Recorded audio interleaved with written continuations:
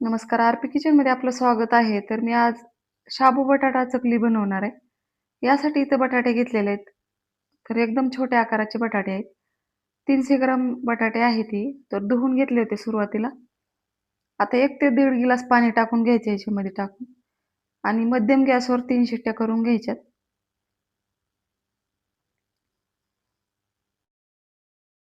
तुम्हाला माझा व्हिडिओ थोडा जरी आवडला असेल तर प्लीज व्हिडिओला लाईक करा, चॅनलला सबस्क्राईब करा. सबस्क्राईब केल्यानंतर बेल आयकॉन प्रेस करायला विसरू नका. ऑलवर क्लिक करा म्हणजे माझ्या प्रत्येक व्हिडिओचे नोटिफिकेशन सगळ्यात आधी तुम्हाला येईल.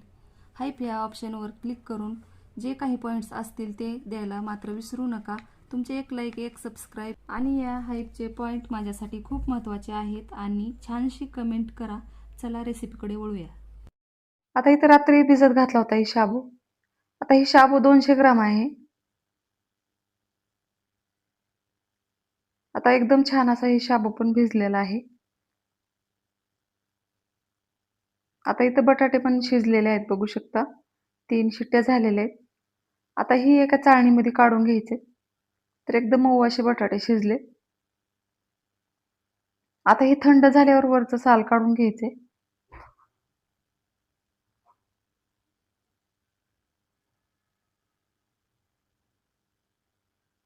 आता ही बटाटे गरम आहेत तोपर्यंतच खिसून घ्यायचे.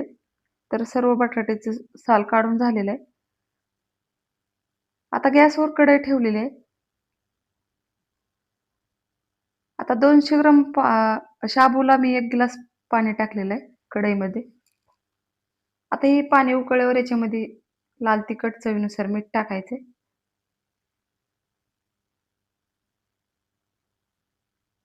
आवडत असेल तर हिरवी मिरची टाकली तरी चालते, बारीक पेस्ट बनवून. पण मी आज लाल तिखटाचीच चकली बनवणार आहे. आता या पाण्याला उकळी आल्यावर लगेच ह्याच्यामध्ये शाबू टाकून घ्यायचा भिजलेला.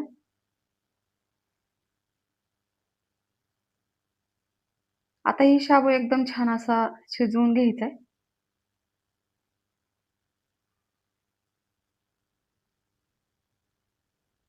आता हे बटाटे पण एकदम छान असं थंड झालेले आहेत, खिसून घ्यायचेत. आता इथे मी बारीक खिसणी वापरलेली आहे.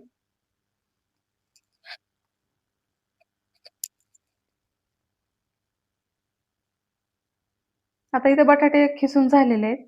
आता शाबू पण बघू शकता. अधूनमधून ह्याला चमच्यानं हलवत राहायचे. आता छान असा शाबू पण शिजत आलेला आहे. आता पूर्ण पाणी आटेपर्यंत ह्याला असंच शिजू द्यायचे.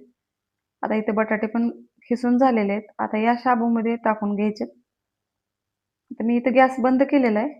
आता हे खिसलेले बटाटे याच्यामध्ये टाकून घ्यायचे शिजलेल्या शाबूमध्ये आणि असं पकडीनं धरून एकजीव करून घ्यायचे. तर ही चकली एकदम छान चवदार अशी लागते. एकदा नक्की बनवा. आता इथे मी कोणत्याही शेवग्याचा वापर न करता चकली बनवणार आहे.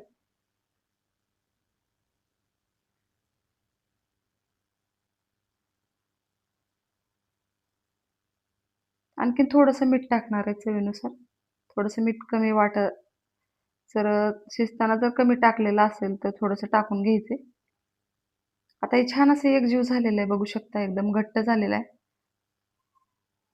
आता तुमच्याकडं तेलाची किंवा दुधाची जर पिशवी असेल तर त्याच्यामध्ये असं थोडंसं वेज पाडून चकली बनवू शकता तुम्ही. तर एकदम सॉफ्ट असे गोलाकारामध्ये चकली बनते. आता इथं पॉकेट घेतलेलं आहे मिठाचं मी रिकामं झालेलं. आता ह्याला कोपरा असा कट करून घ्यायचा आहे.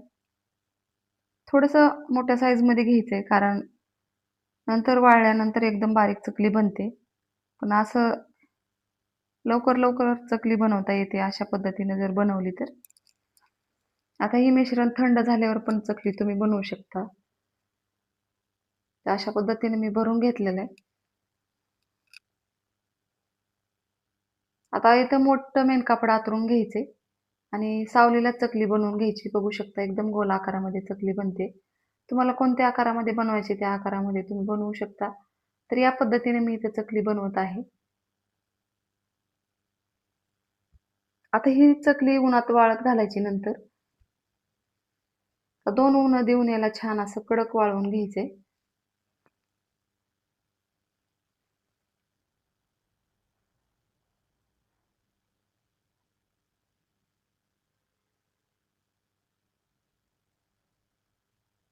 आता इथं चकली तयार झालेली आहे बघू शकता. आता याच पद्धतीने मी सर्व पिठाची चकली बनवून घेणार आहे.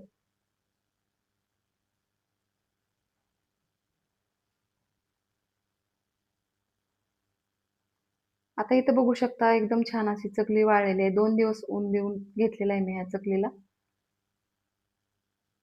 तुम्हाला जवळून दाखवते. एकदम छान अशी चकली तयार झालेली आहे. आता गॅसवर कढई ठेवायची आणि तेल गरम करण्यासाठी ठेवायचे आणि आता तुम्हाला चकली मी इथं तळून दाखवणार आहे.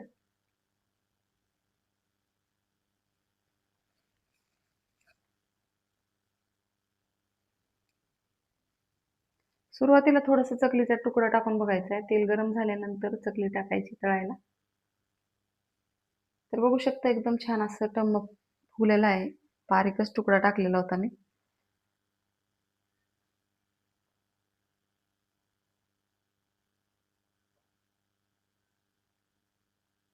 आता इथं चकली बघू शकता एकदम छान असं खुसखुशीत तळून झालेली आहे बघू शकता. अशाच पद्धतीने मी सर्व चकली तळून घेणार आहे.